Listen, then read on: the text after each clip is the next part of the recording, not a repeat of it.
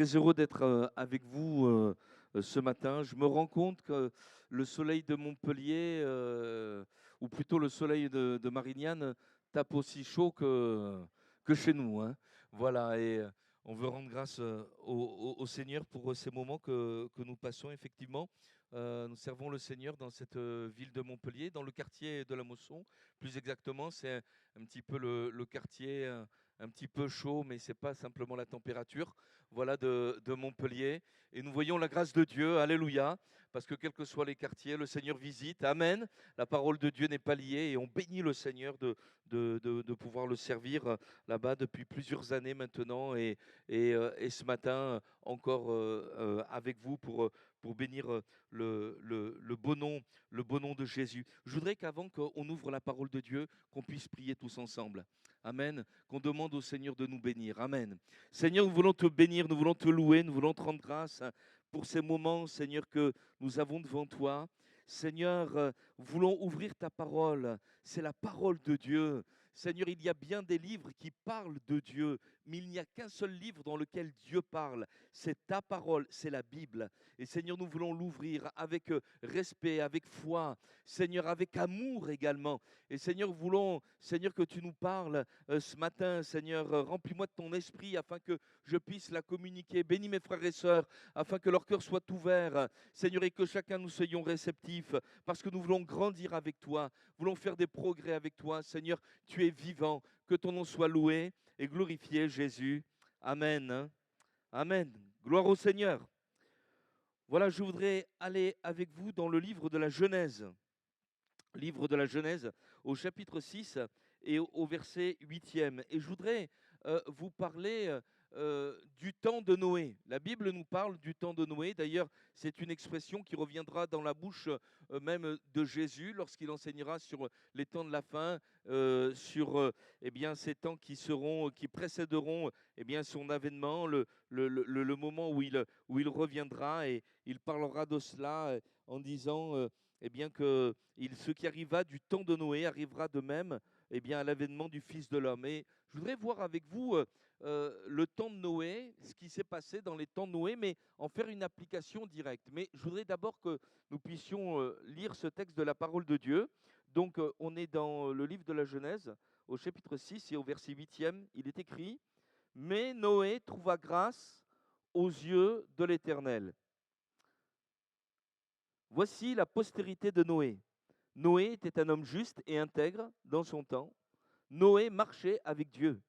Noé engendra 3 fils, Sem, Cham et Japheth. La terre était corrompue devant Dieu, la terre était pleine de violence. Dieu regarda la terre et voici, elle était corrompue car toute chair avait corrompu sa voie sur la terre. Alors Dieu dit à Noé, la fin de toute chair est arrêtée par devers moi, car ils ont rempli la terre de violence. Voici, je vais les détruire avec la terre. Fais-toi une arche de bois de gopher. Tu disposeras cette arche en cellules et tu l'enduiras de poids en dedans et en dehors. Voici comment tu la feras. L'arche aura 300 coudées de longueur, 50 coudées de largeur et 30 coudées de hauteur. Tu feras à l'arche une fenêtre et tu réduiras à une coudée en haut et tu établiras une porte sur le côté de l'arche et tu construiras un étage inférieur, un second et un troisième. Et moi, je vais faire venir le déluge d'eau sur la terre pour détruire toute chair ayant souffle de vie sous le ciel. Tout ce qui est sur la terre périra. Mais j'établis mon alliance avec toi. Tu entreras dans l'arche, toi et tes fils, ta femme et les femmes de tes fils avec toi. De tout ce qui vit, de toute chair, tu feras entrer dans l'arche 2 de chaque espèce pour les conserver en vie avec toi. Il y aura un mâle et une femelle, des oiseaux selon leur espèce, du bétail selon son espèce, et de tous les reptiles de la terre selon leur espèce. 2 de chaque espèce viendront vers toi pour que tu leur conserves la vie. Et toi, prends de tous les aliments que l'on mange, faisant une provision auprès de toi, afin qu'ils te servent de nourriture ainsi qu'à eux. C'est ce que fit Noé. Il exécuta tout ce que Dieu lui avait ordonné. Amen. Gloire à Dieu. Voilà, le personnage de Noé, c'est un personnage important dans les Écritures. Eh bien, à ce titre, c'est que, eh bien, c'est un enseignement pour nous sur les temps qui précèdent l'avènement du Seigneur, ces temps de jugement. On va en parler dans un instant. Mais je voudrais tout de suite que nous puissions comprendre tout cela, parce que ça va être le cœur eh bien, de cette méditation de ce matin. Eh bien, malgré les temps difficiles, et même si cela n'apparaît pas d'une manière tout à fait évidente dans ce que nous allons lire, mais on va faire l'effort de travailler, de sonder les Écritures, eh bien, nous allons voir que malgré ces temps difficiles, eh bien, Dieu a préparé des temps de bénédiction pour Noé.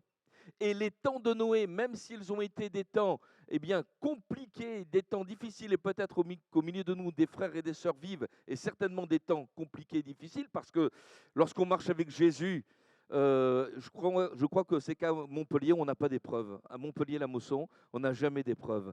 À Marignane, je crois que oui, non, je ne sais pas. Mais enfin, bon, bref. En tout cas, la chose qu'il y a, eh bien, c'est que lorsque eh bien, Noé est passé par ces temps eh bien, compliqués, Dieu lui avait préparé aussi des temps de bénédiction, des temps de grâce, où malgré la difficulté qu'il traversait, eh bien, Noé a vu sa famille être sauvée. Dieu s'est révélé à lui également. Dieu lui a fait grâce. Alléluia. Et malgré le fait que nous pouvons passer les uns et les autres par des temps compliqués, eh bien, nous voulons rester attentifs à cela. C'est que le Seigneur veut nous bénir. À lui soit toute la gloire. Alors, je voudrais tout de suite vous dire qu'on a un divin Noé. Alléluia. Notre divin Noé. Amen. C'est Jésus. Amen. Celui qui nous a bâti le moyen pour être sauvés. Et ce salut merveilleux, le rachat de nos péchés à la croix. Et cette famille qui entre dans l'arche, eh bien, c'est son Église. Amen. Le rassemblement de toutes celles et ceux qui ont cru en lui et qui ont saisi par la foi le salut qui était en Jésus. Alors, je voudrais voir avec vous eh bien, ces 4 éléments, ces 4 points. Eh bien, tout d'abord, considérer que eh bien, Noé a vécu un temps de révélation. Dieu s'est révélé à lui en tant que sauveur, et on va le voir ensemble. Ensuite, nous allons voir que eh bien, Noé a vécu un temps de grâce. L'Écriture nous dit que Noé trouva grâce devant Dieu. Et puis, nous découvrirons également que, eh bien, il y a eu un temps de foi, parce que Noé s'est mis au travail, il a mis sa foi en action, et il a accompli l'œuvre que Dieu lui avait demandé eh bien, de faire, c'est-à-dire bâtir cette arche, et il a fait entrer sa famille dans un temps d'espérance, c'est-à-dire il a donné un avenir à sa famille. Et merci Seigneur pour l'avenir que Dieu donne à son Église. Alléluia. Alors je voudrais commencer par cela en disant que, eh bien, tout d'abord, il y a un temps de révélation. Le temps de Noé, eh bien, il est marqué par une humanité en pleine faillite morale, spirituelle, sociétale. Quand on lit le texte, la parole de Dieu, on s'aperçoit que l'Écriture, c'était dit juste avant, au verset 5, où il nous est dit que Dieu voit que la méchanceté des hommes était grande sur la terre, que toutes les pensées de leur cœur se portaient uniquement vers le mal. Un monde eh bien, rempli de méchanceté. Méchanceté, le méchant, en français, ça vient de 2 mots, malchéant. C'est celui qui tombe dans le mal. Et effectivement, nous savons que l'humanité est tombée dans le mal. Le péché, votre pasteur nous le rappelait ce matin, mais Jésus est mort pour nos péchés. Alléluia, il nous en a libérés. Mais ici, nous ne voyons que d'une manière intentionnelle, l'humanité recherchait ce qui était mauvais. Et nous découvrons donc une société qui était pervertie, c'est-à-dire corrompue, une société, eh bien, le mot corrompre en hébreu signifie également piller, ruiner, et violente, cruelle. Et lorsque nous lisons eh bien, ces choses-là, nous découvrons que notre monde n'est pas loin de ressembler eh bien, au monde de Noé. Qu'est-ce que vous en pensez? À moins que Marignane soit un petit havre de paix, à moins que Marignane, parce que vous avez l'aéroport et que vous pensez au ciel, voilà, et que tous les habitants pensent au ciel et aux vacances.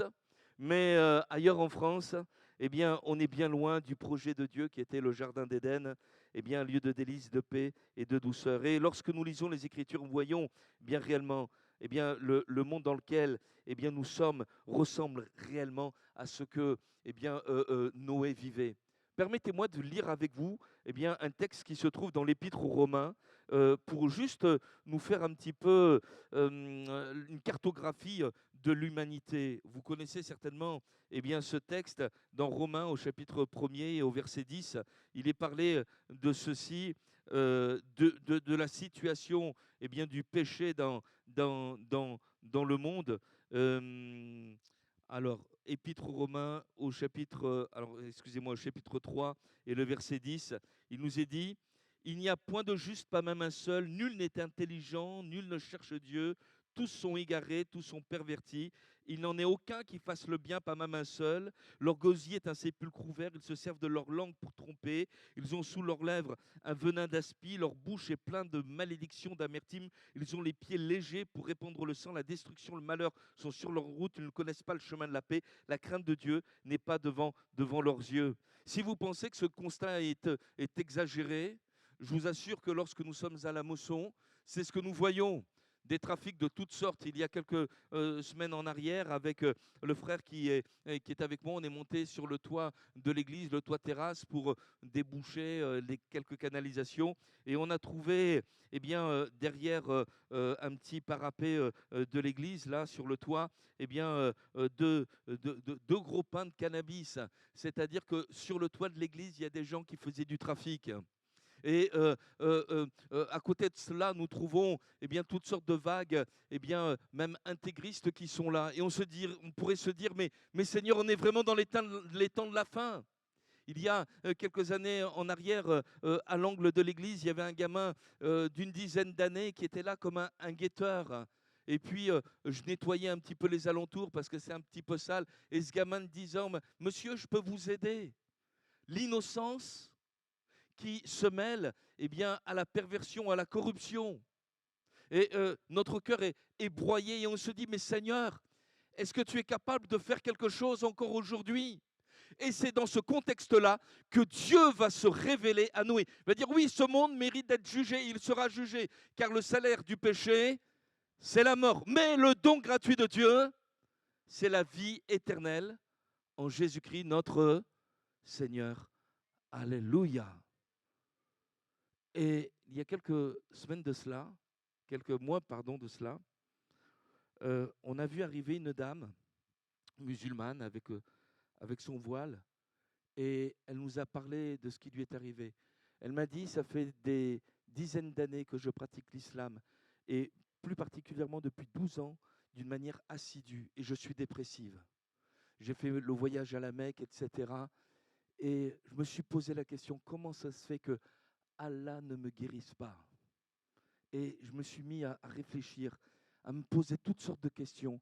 Et puis, je suis allé sur Internet. Nous, à la Mosson, on prie pour qu'il y ait des musulmans qui se convertissent. Alléluia. Et qui n'aient pas honte de témoigner de leur foi en Jésus. Amen. Et lorsque elle m'a dit ça, elle m'a dit, mais je suis allé sur Internet et j'ai vu sur YouTube des témoignages d'ex-musulmans qui rendaient témoignage de leur foi et de leur rencontre avec le Seigneur. Et elle m'a dit ceci, et je me suis mis à prier Jésus. Elle m'a dit, mais pour moi, c'était inimaginable.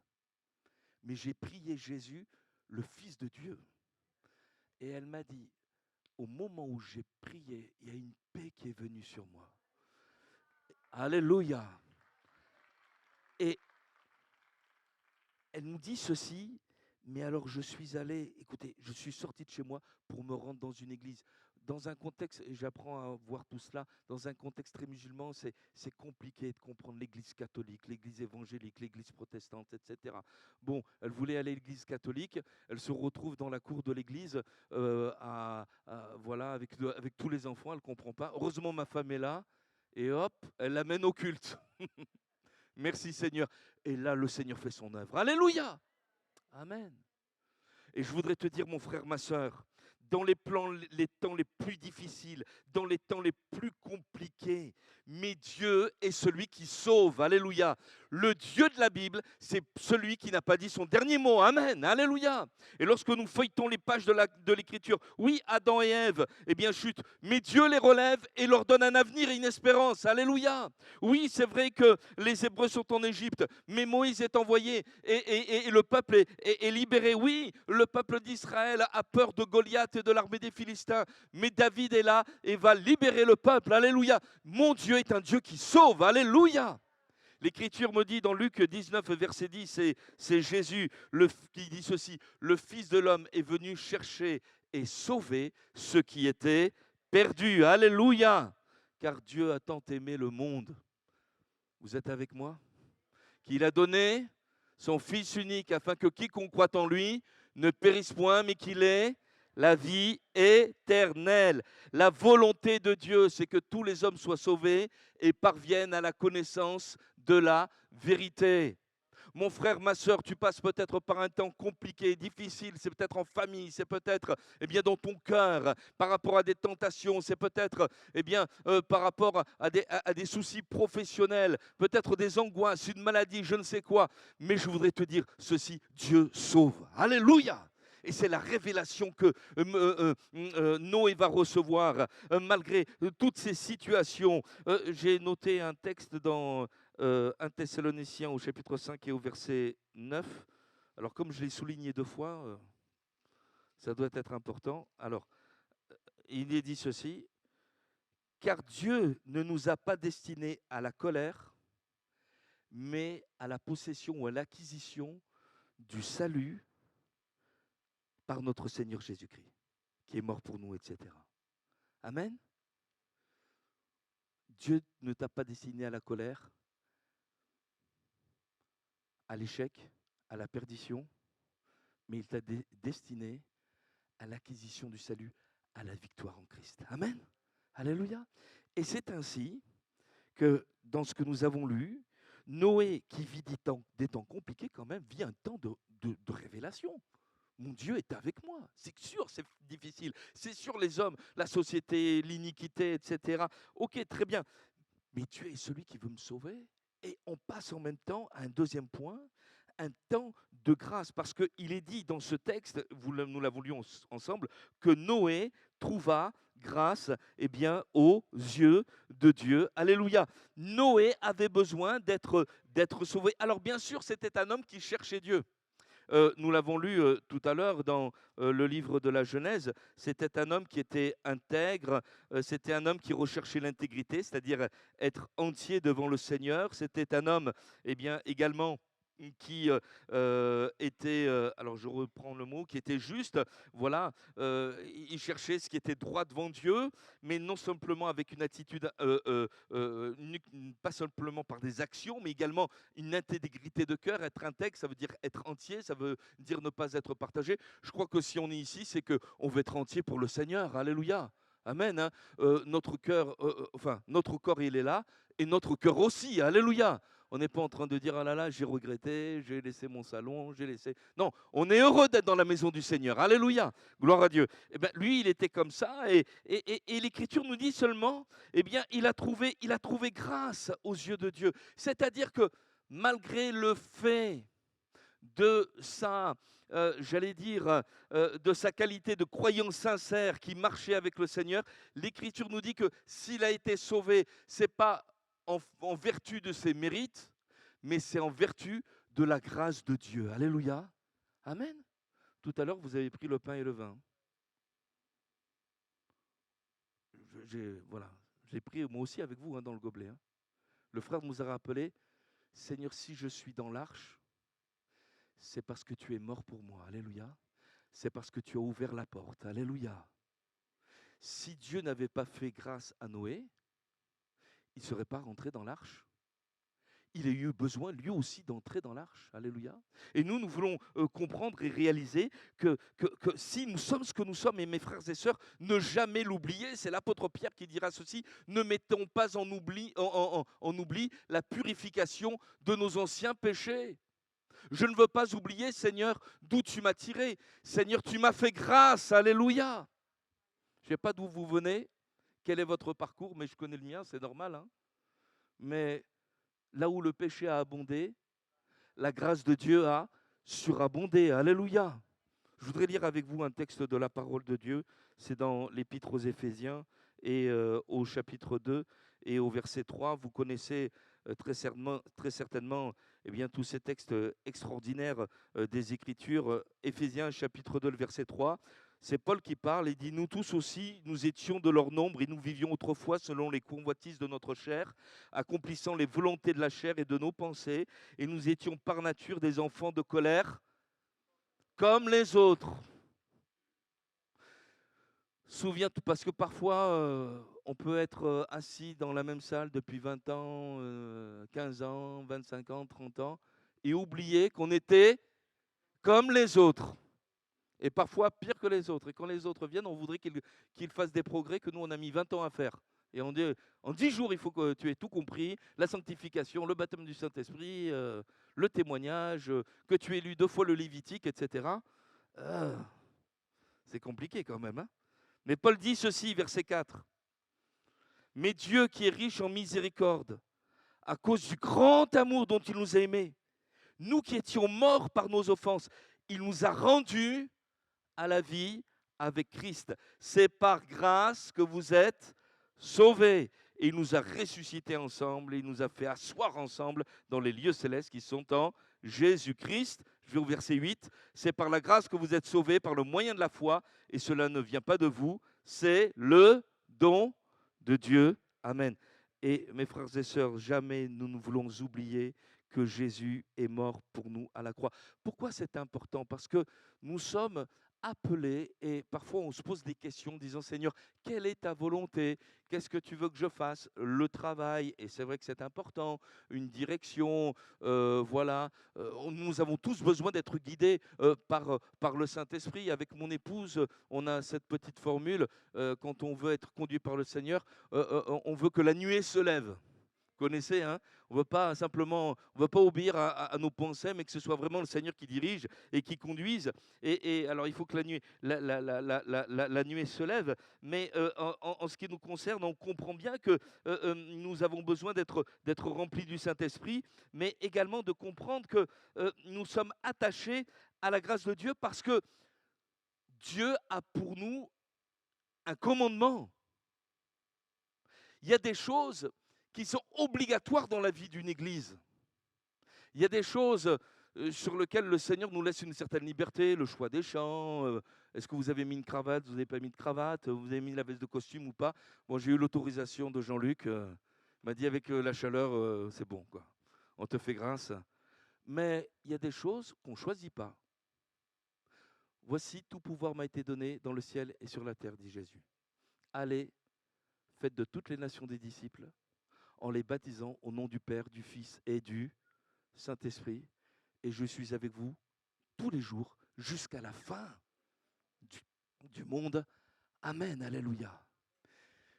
Et en faisant quelques petites recherches, je me suis rendu compte, entre Genèse 5,32, où il nous est parlé bien du moment où Dieu parle de Noé, et Genèse 6, verset 6, lorsque l'achèvement du déluge se fait et de la construction.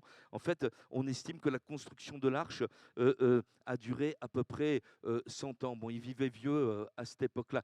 Et l'Écriture parle de lui comme le prédicateur de la justice également.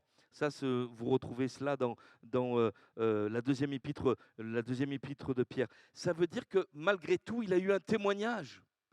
Est-ce que vous croyez encore que la grâce de Dieu peut surabonder? Je vais vous donner un témoignage. Dans une église où nous étions il y a quelques années, pas à Montpellier, c'était ailleurs, il y avait une jeune femme qui menait une vie de patachon. Elle se pensait être une femme fatale. Et elle avait réussi à faire divorcer un homme de sa femme pour vivre avec lui.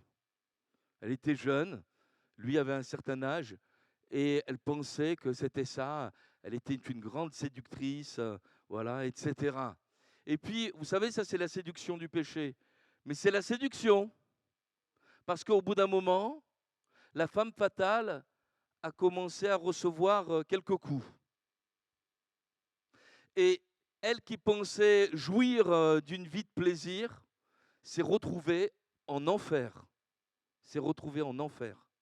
Et elle me racontait, elle me disait ceci: Emmanuel, il y a un soir où je me suis dit, c'est maintenant que je dois partir ou je meurs. C'est maintenant que je pars ou je meurs. Et Virginie est partie et elle a pris sa 4L, elle s'est enfuie et elle ne savait pas où aller. Dans sa fuite, dans sa terreur, elle ne savait pas où aller. Et puis, elle a vu de loin une petite chapelle. Et pour elle, elle s'est souvenue de certaines choses qu'elle avait entendues étant petite sur Dieu. Et elle a dit, je veux m'approcher. C'était un édifice religieux, hein, comme on peut en voir partout. Elle s'est garée à côté, elle a dormi la nuit là.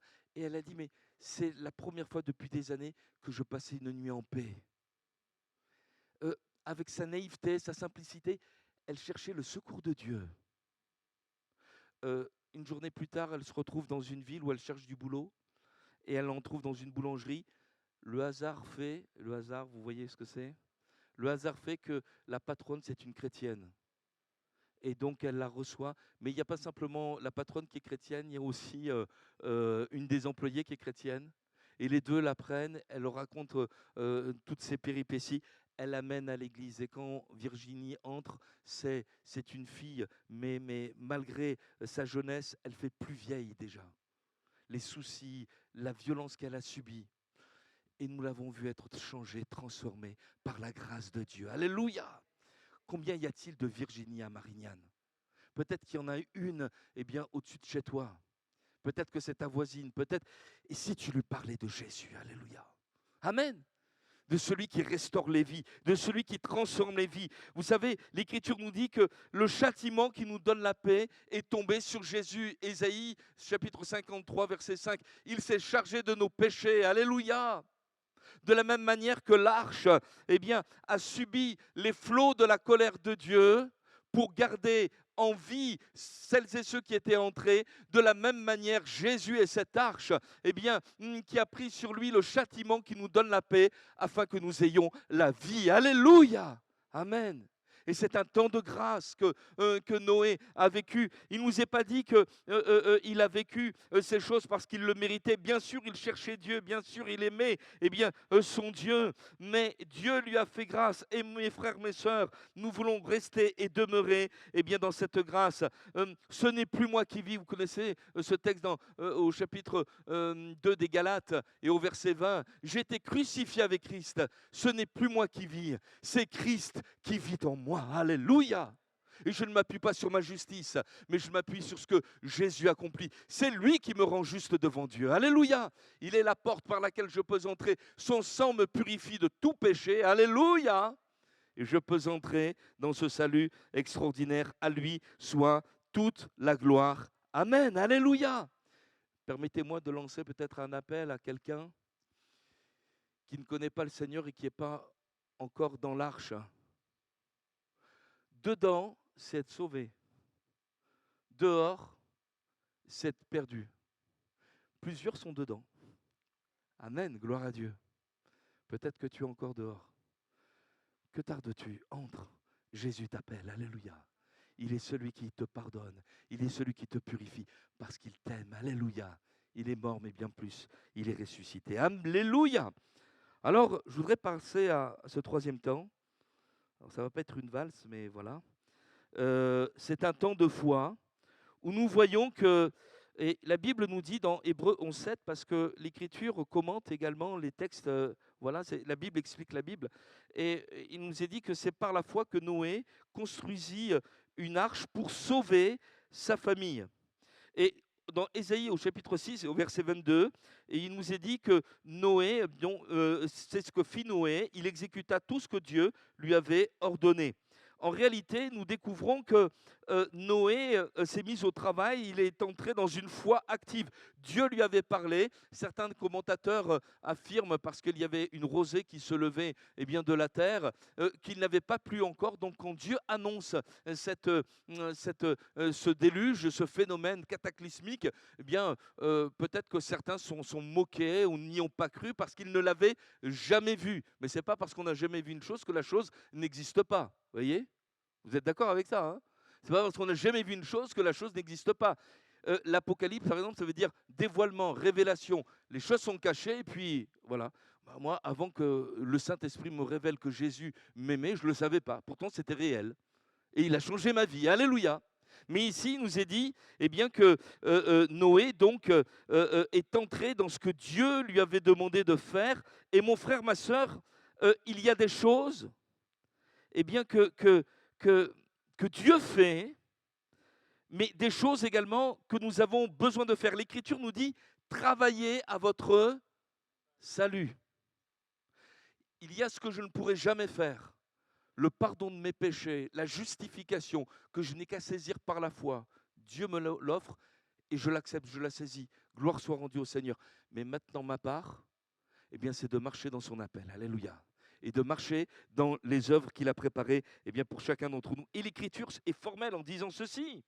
Ce ne sont pas tous ceux qui disent Seigneur, Seigneur, qui entreront dans le royaume de Dieu, mais ce sont ceux qui font eh bien, la volonté de mon Père qui est dans les cieux. Matthieu chapitre 7, verset 12. Et nous sommes appelés les uns et les autres à être des disciples de Jésus et à comprendre que ce livre, la Bible, doit avoir une autorité dans notre vie. Un disciple, qu'est-ce que c'est? Un disciple, c'est quelqu'un qui choisit de dire librement, par amour envers son maître, non pas ma volonté, mais ta volonté. Je regrette que le christianisme, à l'heure actuelle, et notamment le christianisme évangélique, soit d'une certaine manière perverti par eh bien, une intelligence complètement humaine et charnelle. On réussit à faire dire à ce texte que ma volonté soit faite. Et on cherche dans ce texte et dans ce livre des arguments pour réaliser nos propres volontés, comme si ce livre était un livre de coaching. Toi, tu choisis et tu cherches des textes qui sont là pour t'encourager à faire ce que tu as toi-même choisi.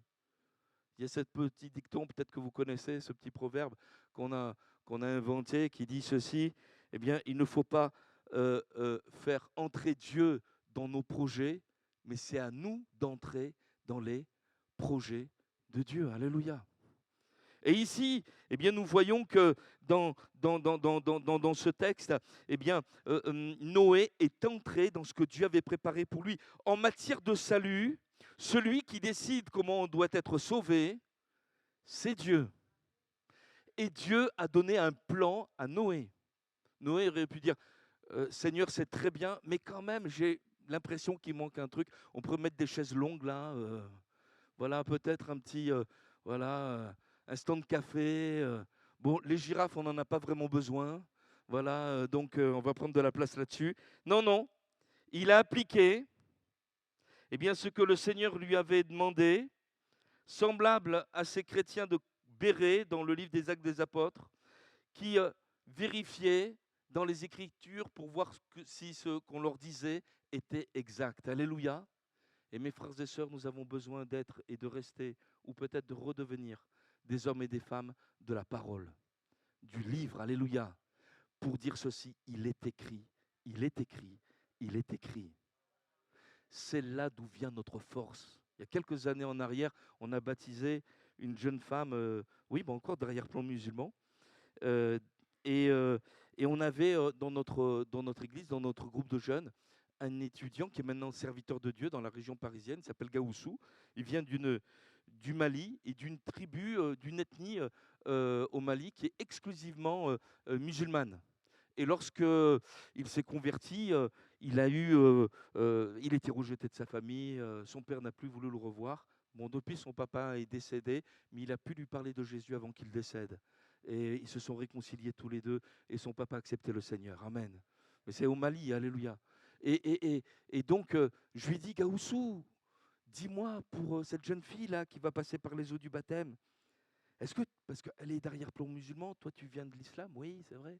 Et qu'est-ce qu'elle doit faire pour, voilà, rester attachée au Seigneur? Voilà, maintenant elle s'engage, il va y avoir des combats.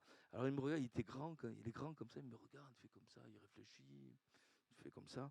Il me regarde très sérieusement, droit dans les yeux, pasteur. Si tous les jours elle lit la Bible et qu'elle prie, elle tiendra bon. Alors vous, vous dites Amen. Moi, je me suis retrouvé, mais j'aurais pu le dire. Moi, je m'attendais à un truc. Je veux dire, un truc, tu vois, d'ex-musulman qui te dit, voilà, il faut savoir quelque chose. Là, j'ai dit, ben, et moi, j'ai été confondu. Mais bien sûr que c'est ça. Mais c'est pas un secret. Alléluia.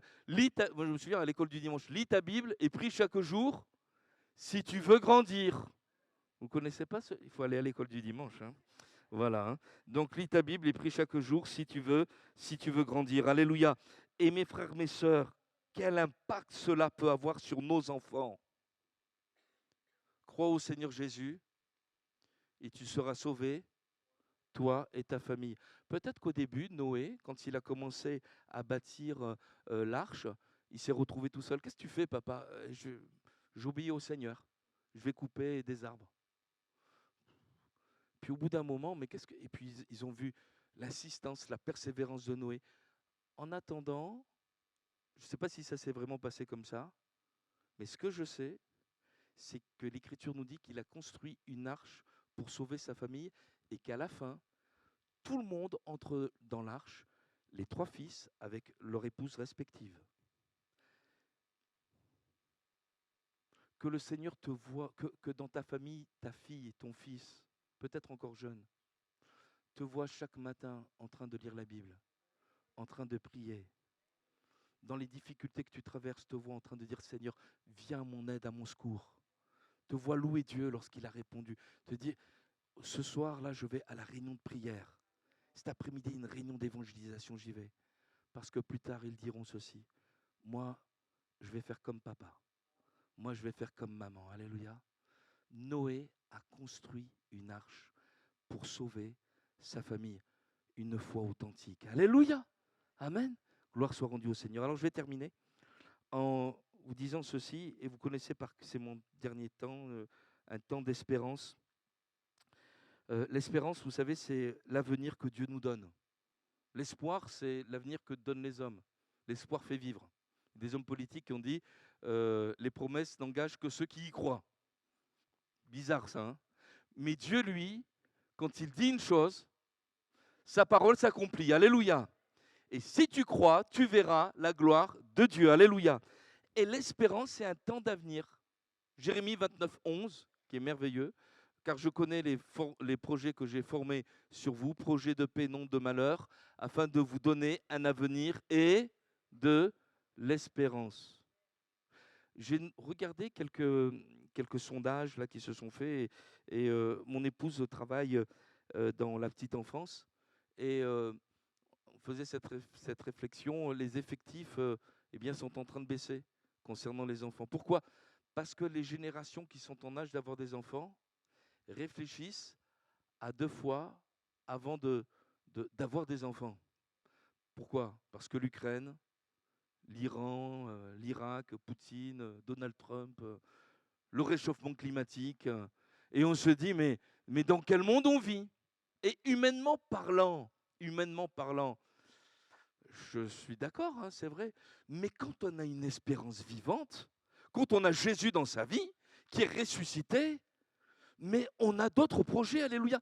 Et je note néanmoins avec vous que Noé a eu des enfants alors que c'était les temps de la fin. C'est-à-dire que malgré le fait que pour Dieu, toute chose était arrêtée et que les choses étaient décidées, que le déluge allait venir, il est venu, mais Noé a pris une position, a pris le parti de la vie. Oui, il y a une espérance dans le Seigneur. Alléluia. Et je voudrais te dire ceci, peut-être que le Seigneur a posé des projets dans ton cœur et des choses eh bien, qui sont là, mais et tu as conscience dans ta vie, dans ton cœur que eh bien, le Seigneur veut accomplir encore eh bien, tous ses plans, ses projets. Ils ne sont pas terminés, ils ne sont pas arrêtés. Après la tempête, après le déluge, il y a eu un monde nouveau, alléluia, dans lequel s'est établi, eh bien, se sont établis ses enfants, amen. Et je crois que tout cela doit nous parler. Amen. Alors, je termine en vous lisant ce dernier verset des Écritures. C'est dans le livre des Proverbes, au chapitre 23. Livre des Proverbes, au chapitre 23, et le verset le verset 17, il y dit ceci, parce que peut-être que dans ce temps-là, on est simplement des êtres humains, hein. Dans le psaume 73, un autre psaume, Asaph, qui est un homme de Dieu, euh, son cœur est sur le point de chanceler parce qu'il voit le bonheur des méchants. Ils craignent pas Dieu, ils font ce qui est mal, et pourtant ils ont l'air tellement heureux. Et moi, je te suis fidèle, Seigneur, et c'est compliqué quand même. Il y a des brisements, il y a des choix, je suis mis de côté. Mais regardez ce qu'il nous est dit ici. Ça, c'est le proverbe 23, le verset 17. Que ton cœur n'envie point les pécheurs, mais qu'il ait toujours la crainte de l'Éternel, car il est un avenir et ton espérance ne sera pas anéantie. Amen. Les temps de Noé. Le temps de Noé, c'était un temps marqué bien sûr par le déluge, mais c'était un temps marqué par le salut, par la grâce, par la foi, par la révélation d'une espérance extraordinaire. Christ est notre espérance. Amen. Je ne sais pas quel est le passage de ta vie.